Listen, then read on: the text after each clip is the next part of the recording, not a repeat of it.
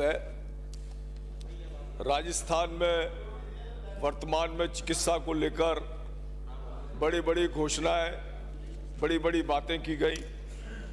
बहुत सब्ज बाग राजस्थान की जनता को दिखाए गए और भ्रम का माया जाल फैलाने में पूरे के पूरे चिकित्सा प्रशासन ने बहुत मेहनत करी, मशक्क़त की। मेरा मानना है कि यदि ये मशक्क़त राजस्थान की ज़मीन पर होती, धरातल पर होती, तो निश्चित रूप से इसका लाभ राजस्थान के आवाम को मिल पाता।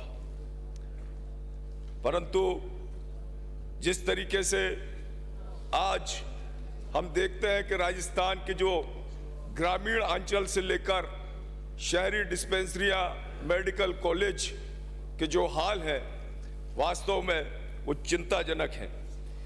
चिकित्सा में निरोगी राजस्थान के संकल्प से शुरू होकर यूनिवर्सल केयर, हेल्थ केयर तक आप गए, परंतु इन 4 सालों में राजस्थान की जनता को कोई विशेष लाभ आपके द्वारा नहीं मिल पाया। आपकी अधिकांश घोषणाएं जो आपने करी इन 4 सालों में, यह फलीभूत ही नहीं हुई। चिकित्सा जैसे इस संवेदनशील मामले में तो कम से कम हम ईमानदारी से बात करें और पूरी तत्परता के साथ यहाँ पर सिर्फ अपनी प्रशंसा कराने के लिए काम, मैं समझता हूँ कि एक संवेदनशील विषय है जिसमें गरीब, मरीज, पीड़ित, रोगी वो अस्पताल में अपने इलाज के लिए जाता है और वहाँ भी हम सिर्फ अपनी प्रशंसा को लेकर आतुर रहें, लेकिन काम के नाम पर उन्हें लाभ हम ना दे पाए तो निश्चित रूप से ये हमारे लिए बहुत दुख की बात है। आपने तमाम CSC, PSC का घोषणाओं का अंबार लगा दिया, परंतु उनके इंफ्रास्ट्रक्चर डेवलपमेंट के विषय में आपने सोचा। आज हर विधायक का कहना है कि आज नर्सिंग स्टाफ की कमी से हर PSC, CSC जूझ रही है। इसके लिए कोई आपको योजना बनाने की आवश्यकता थी। आप निरोगी राजस्थान की बात कर रहे हैं। लोग बाग सुबह से लेकर शाम तक, गरीब मरीज लाइन में खड़ा होकर पर्ची का इंतजार करता हुआ दवाई के काउंटर तक पहुंचता है तो दवाई नहीं मिलती, जांच नहीं हो पाती, मजबूर होकर उसको मेडिकल की दुकान से दवाई खरीदनी पड़ती है और प्राइवेट लैब में जाकर उसे अपना जो है जांच करानी पड़ती है। मैंने इसी सत्र के एक प्रश्न में देखा था तो चिकित्सा मंत्री जी ने बताया था कि लगभग आचार्य, वरिष्ठ आचार्य, सहायक आचार्य और सह आचार्य के 50% से भी अधिक पद रिक्त हैं। इसी प्रकार चिकित्सा विभाग एवं राज्य से चिकित्सा शिक्षक, नर्सिंग संवर्ग, पैरामेडिकल कैडर व अन्य कैडर के भी कुल स्वीकृत 5785 में से 3613 पद रिक्त पड़े हैं। ये जवाब आपने अपने उत्तर में दिए थे। इस प्रकार की जब स्थिति होगी तो किस प्रकार से हम निरोगी राजस्थान की बात कर सकते हैं? प्रदेश की जनसंख्या के अनुपात में यदि हम देखें तो हमारे राजस्थान की सबसे ज्यादा चिकित्सकों की उपलब्धता कम है। 1000 पर 1 डॉक्टर भारतीय चिकित्सा मापदंड के अनुसार, WHO के अनुसार होना चाहिए। आज हम किस स्थिति में खड़े हैं इसका आकलन आप स्वयं करें। और जो आपने घोषणाएं कर दी मेडिकल कॉलेज खोलने की केंद्रीय प्रवर्तित योजना के तहत, क्या वहाँ इंफ्रास्ट्रक्चर भी खड़ा कर पाए? क्या वहाँ स्टाफ नियुक्त करा पाए? राजस्थान लोक सेवा आयोग द्वारा गत वर्षों में जो चिकित्सा शिक्षक भर्ती निकली थी वो आज तक नहीं हुई।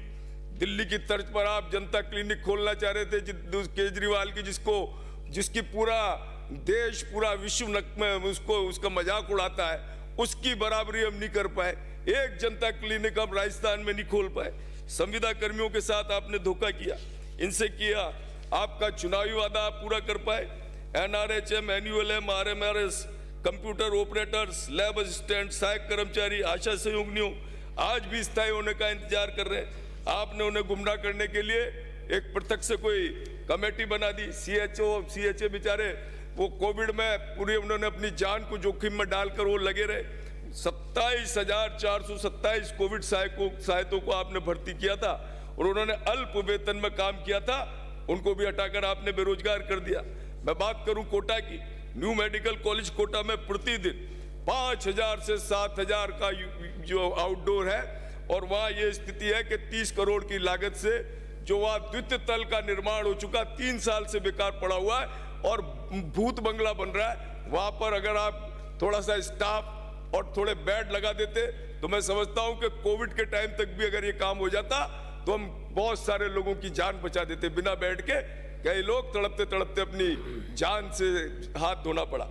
पीडियाट्रिक का वहाँ उपचार नहीं हो रहा, वहाँ जो है डॉक्टर साहब बैठते हैं, सुपर स्पेशलिस्ट डॉक्टर अपने पीडियाट्रिक के स्पेशलिस्ट, लेकिन वहाँ भर्ती करने के संसाधन नहीं है, नीकू पीकू चालू नहीं है, वेंटिलेटर नहीं है नीकू पीकू में। न्यू चिकित्सालय जहाँ पर 5 से 7 हजार की संख्या है, वहाँ पर 15 किलोमीटर दूर जाकर जेकेलोन में भर्ती बच्चा होता है। तो ये कितने दुख की बात है। और हम बात करते हैं निरोगी राजस्थान की, न्यू मेडिकल कॉलेज में रीजनल कैंसर सेंटर नहीं है, वहाँ 2 ऑन्कोलॉजिस्ट सर्जन की लगाने की आवश्यकता है।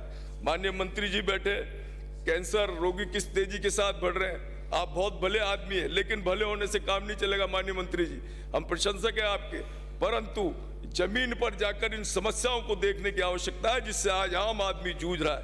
सुपर स्पेशलिटी चिकित्सालय 150 करोड़ रुपए की लागत से खड़ा हुआ है और वहाँ सिर्फ आपको कुछ सुपर स्पेशलिस्ट डॉक्टर लगाने, एंडोक्रोनोलॉजिस्ट लगाना है, जीआई सर्जन लगाना है विशेष, इनके लिए कोई पद स्थापित नहीं है। या तो इनको आप यूटीबी पे लगाएं या पदस्थापन के द्वारा भेजें, वो भी आपने रोक रखे। तो ये अगर ये चालू हो जाए तो सुपर स्पेशलिस्ट इतना शानदार बना हुआ है तो निश्चित रूप से उसका लाभ लोग ले पाएंगे। आज कोटा में जो है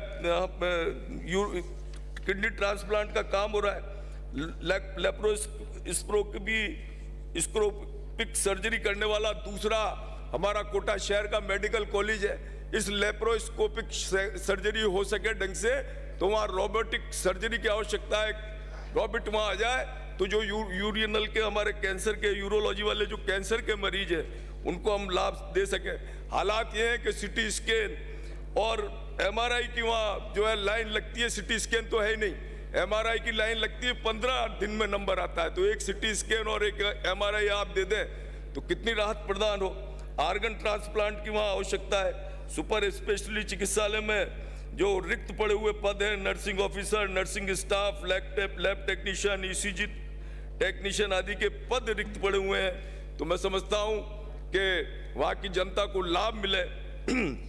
वर्तमान में जो कैथ लैब लगी है उसकी एज अरे साहब कितना टाइम हुआ है साहब, 10 मिनट का समय, 2026 में खत्म हो जाएगी। बढ़ते मरीज और इनको देखते हुए कम से कम हृदय रोगियों के लिए तो हम एक कैथ लैब और 2 कार्डियोथोरेसिक सर्जन और एक नर्सिंग स्टाफ आप दें, क्योंकि कोविड के बाद तेजी के साथ, अभी माननीय सदस्य भी बता रहे थे, माननीय सभापति महोदय, तेजी के साथ हृदयघात से लोग मरने लगे हैं। तो इसमें विचार करने की आवश्यकता है। हर सीएचसी पर कम से कम एक ईसीजी मशीन की हो तो कम से कम उसको प्राथमिक उपचार मिल जाए और वो अस्पताल तक पहुंच जाए, उसको मालूम पड़ जाए। आपकी गलत नीतियों से प्रदेश के प्राइवेट चिकित्सा संस्थान नाराज हो गए। लगभग 70% काम हमारे प्राइवेट चिकित्सा संस्थान करते थे। इनको बुलाकर इनकी संवेदनाओं के साथ इनको संवेदनशील बनाया जाता, इनको इनके दायित्व को बताया जाता और निश्चित रूप से इनकी सलाह के अनुरूप हम काम लेते तो निश्चित रूप से आपके सहयोगी बनकर राजस्थान निरोगी बनाने में आपकी मदद करते। राजस्थान स्वास्थ्य का अधिकार विधेयक 2022 आपका ऐसा रहा था जो जिसके हमारे आज हम समझ रहे हैं किस तरीके की तकलीफ में आप भी रहे और पूरे राजस्थान वासी भी रहे। कोटा में आपके द्वारा गत 2 वर्ष पूर्व जिला चिकित्सालय बनाने की घोषणा की गई थी, वो नहीं हुआ। सीएचसी विज्ञान नगर तैयार खड़ा हुआ है, वहाँ कुछ डॉक्टर लगाने। मेरे विधानसभा क्षेत्र कोटा दक्षिण में तलवंडी, दादाबाड़ी शॉपिंग सेंटर, टिप्टा, केशवपुरा, सुभाष नगर में पर्याप्त चिकित्सा और स्टाफ नहीं है। वहाँ अगर ये दे दे तो लोगों को राहत प्राप्त हो। मंत्री जी, आप वास्तव में बहुत संज्ञान लेने वाले हैं, परंतु इसमें आपको देखने की आवश्यकता है। आयुर्वेद और होम्योपैथी ने कितने हमारे लिए मददगार रहे कोरोना का टाइम में, पर आयुर्वेदिक कॉलेज की हाल है कोटा में जो आपने बजट में हमको दिया, 20 किलोमीटर दूर एक कमरे में वो आयुर्वेदिक कॉलेज चल रहा है। बीजेपी चंदेलिया। माननीय सभापति महोदय, थोड़ा समय मिलेगा। बिराजी। ऐसे होम्योपैथी में मैं कहना चाहूंगा कि आज हमारे पास, मैं बैठ रहा हूं साहब। थैंक यू माननीय सभापति।